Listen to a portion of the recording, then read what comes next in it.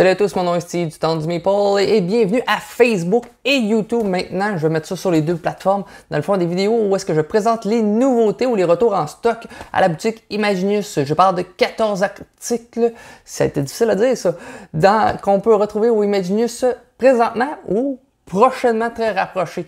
Commençons avec The Crew, la version Mission Deep Sea. On connaît The Crew avec son premier avec la Quest for Planet 9. C'est dans le fond un jeu tout simplement de levée. Qu'est-ce qu'un jeu de levée? Est-ce que vous avez déjà joué à la Dynamic? Fort probablement, je vous l'explique quand même. C'est un jeu où est-ce qu'une personne devra mettre une carte avec un chiffre et une couleur. Et tout le monde devra fournir une carte de cette couleur-là. Celui qui aura mis une carte la plus élevée remportera la levée qu'on dit. Il y a certaines manières aussi de gagner une main si nous avons une frime. Ici, c'était des fusées dans la planète 9 pour gagner la levée. La particularité de ce jeu-là, c'était qu'il était coopératif et qu'il y avait certaines missions à réaliser, comme gagner la levée avec le 5 rose, alors que j'ai le 5 rose en main, ça va être difficile, ou gagner. Un adversaire gagne avec le 9 rose, mais c'est moi qui l'ai. Donc, il y avait une belle complexité dans le jeu et le jeu évoluait vraiment. Il y avait 50 missions dans le jeu de base. C'était un excellent jeu. Surtout, je vous dirais, dans des soirées avec des amis autour d'une bière, c'est un excellent jeu. Donc, il y a la version Mission Deep Sea qui sort avec des nouvelles missions et certaines nouvelles twists. Ensuite, il y a en retour en stock le jeu Lueur magnifiquement visuel qui a su ne pas me plaire de mon côté, mais je sais que je ne suis pas le public cible. C'est un jeu tout simplement de 2D et de construction de tableaux. Dans le fond, vous allez construire, vous allez accueillir des compagnons devant vous et en fonction de ceux-ci, vous allez lancer des dés et activer plusieurs effets en fonction des couleurs aussi qu'il y a aussi un petit plateau central qui est, plus vous allez loin sur celui-ci, plus vous allez avoir accumulé des points. Donc, on a quand même un sentiment d'évolution. Plus la partie avance, où est-ce qu'on fera de plus en plus d'effets ou même de points si on sait bien concorder les combos entre les cartes. Ensuite, il y a King Domino Origin. J'ai le King Domino de base, mais je vous dirais, si vous n'en avez pas un et que vous voulez un petit jeu d'introduction pour, je vous dirais, du 8 ans et plus et qui va plaire à la famille, c'est une excellente introduction à la mécanique de draft. Et en plus, le Origin, je vous dirais, semble beaucoup plus intéressant que le King Domino de base puisqu'il y a certains modules, donc une manière d'augmenter le niveau de complexité du jeu. Le jeu de base de King Domino, c'est tout simplement, vous avez 4 tuiles de disponibles. En fonction de ceux-ci, vous allez les placer dans votre royaume autour de vous et vous allez marquer des points de victoire en fonction de vos lots de vos territoires. Donc, si vous avez une plaine, si vous avez 5 emplacements de plaine et 2 icônes de feu, vous faites 2 x 5, vous allez marquer 10 points. Donc, vous allez choisir une des tuiles. En fonction d'où est-ce que vous êtes, vous allez avoir priorité sur choisir les prochaines tuiles que vous voyez déjà. Souvent, certaines tuiles vont être beaucoup plus intéressantes, mais vous allez passer dernier dans le tour pour le choix des sélections dans l'autre ronde. Donc, une mécanique de draft qui est très intéressante. Qu'est-ce qu'elle offre aussi de plus, cette version-là versus King Domino de base? Il y a les volcans qui sont ajoutés qui vous permettront de bonifier certains territoires pour faire plus de points. Il y a le module de totem qui est tout simplement un système de majorité qui vont vous donner des points de victoire en fonction si vous avez plus d'objets dans votre royaume que je cherchais. Et ensuite, le tribut, où est-ce que vous allez accueillir des tribus sur votre plateau qui vont vous donner des points de victoire bonus en fonction de ce qu'il y a autour de ces tribus-là. Donc, une belle complexité qui évolue, qui est fort intéressant. Ensuite, on a l'évolution, l'extension plutôt de Res Arcana, la deuxième extension. Désolé, ça je ne l'ai pas cherché. Je sais qu'il y a des belles petites perles. Res Arcana est un excellent jeu où est-ce que vous avez seulement 8 cartes en début de partie et ça va être tout pour la partie où est-ce que vous allez jouer des cartes, dépenser des ressources, faire beaucoup de combos entre les cartes et ça va évoluer grandement. Un jeu qui est fort attrayant visuellement de l'auteur Tom Lehman que j'ai adoré, le jeu Race for the Galaxy. Ensuite, il y a l'extension Marvel Champion, l'ombre du Titan, qui semble être une grosse boîte où est-ce qu'il y aura un système de campagne pour affronter Thanos. Donc, les fanatiques de Marvel et du jeu Marvel Champion seront très intéressés par cette extension. Ensuite, on aura le retour en stock du fameux tapis en néoprène du jeu Le Pillard de la mer du Nord.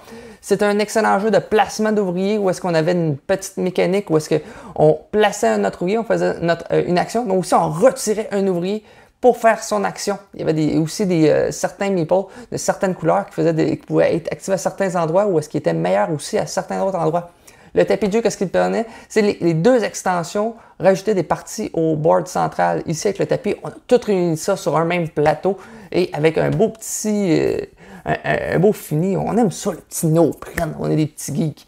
Ensuite, le jeu Dinosaur World, qui est de retour en stock. Il y avait juste eu une copie au début. Disponible seulement en anglais. C'est un jeu de placement d'ouvriers où est-ce que vous allez construire votre parc jurassique, dans le fond. Où est-ce qu'il y aura une phase publique, où est-ce qu'il y aura... On va, dans le fond, acheter des nouvelles tuiles que nous allons mettre dans notre plateau, préparer des enclos à dinosaures. Et il y aura des privés en fonction de votre plateau personnel pour activer certains bonus, pour bonifier soit vos ressources, votre sécurité. Et finalement, il y aura une petite balade en Jeep où est-ce que vous allez activer vos petites tuiles et vos enclos pour gagner, justement, augmenter de l'excitement dans votre parc. Par contre, plus que vous faites visiter les mêmes attractions dans votre parc, évidemment, c'est moins attrayant quand ça fait 3 fois que tu vois le même Triceratops tout seul. Évidemment, c'est plus intéressant par contre si vous voyez 4 tyrannosaures dans le même enclos. Donc, un jeu qui semble fort intéressant, je ne l'ai pas encore essayé, mais il semble très attrayant, surtout visuellement. Ensuite, il y a Glory, un jeu de chevalier, qui est tout simplement un jeu de chevalier, évidemment. Welcome back, Captain Obvious. Yes, I am. Dans le fond, un jeu de placement d'ouvriers mélangé avec du set collection, dans le fond, et que vous allez affronter vos adversaires. Dans le fond, vous allez vous préparer à un tournoi de joute pour affronter vos adversaires dans ces combats-là. Un jeu qui semble intéressant, un peu coûteux par contre. Si vous êtes intéressé avec mettre un peu de bling-bling à ce jeu-là, il y a aussi des pièces de monnaie en métal disponibles. Ensuite, des préventes qui seront disponibles en fait à la fin de la semaine. Nous avons le retour en stock de À la gloire d'Odin, qui est la version française de Feast for Odin. C'est un jeu de Uwe Rosenberg qui a fait le classique Agricola et Caverna.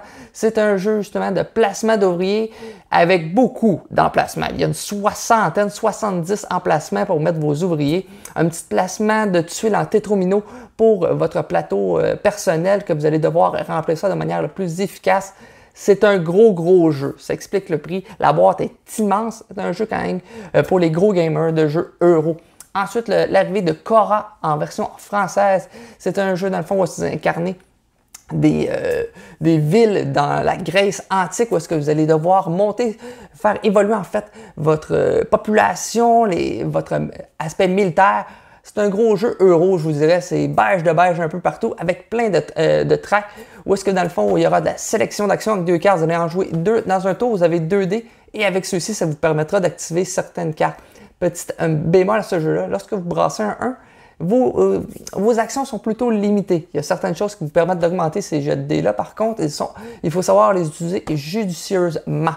Et bien sûr, en pré-vente, il y a The Crew, la mission sous-marine, donc la version française. Donc, si le jeu de Crew Mission Deep Sea vous intéressait, mais que la version française vous intéresse plus, attendez un petit peu au courant de la semaine. Ensuite, Red Rising arrive en version française. C'est un jeu qui reprenait les mécaniques de Fantasy Realm que j'ai, qui est excellent. C'est un jeu où est-ce que vous allez, dans le fond, jouer des cartes, prendre des cartes surtout et vous faire une même carte qui vont vous faire des points. Donc, si vous avez un certain personnage qui vous donne des points en fonction de si, je ne sais pas, Clara est dans la main, ça vous donne un bonus de 20 points parce que c'est repris d'un titre d'un livre qui a été fort populaire, surtout aux États-Unis, je vous dirais. Donc, c'est un jeu assez facile à prendre en main. Il y a beaucoup de cartes. Je vous dirais qu'il prend toute sa saveur plus qu'il y a de joueurs autour de la table. Et finalement, il y a Seven Wonders Architect qui reprend un peu les mécaniques de Seven Wonders ordinaire, mais sans avoir les cartes en main. Dans le fond, vous allez avoir un paquet à votre gauche, un paquet à votre droite et un paquet au centre. Le paquet au centre va être caché. Vous allez devoir prendre une carte et la mettre devant vous qui va représenter surtout vos ressources, soit des points de victoire ou votre force militaire. Mais surtout, devant vous, vous êtes des architectes. Vous allez devoir construire une merveille. Je trouve que Seven Wonders Architect reprend une meilleure thématique et c'est plus visuel pour les nouveaux joueurs. Où est-ce que c'est quoi mon but en fait? C'est de construire tout simplement ma merveille devant vous qui va soit nécessiter au début des ressources différentes que vous allez défausser ou des ressources qui sont identiques.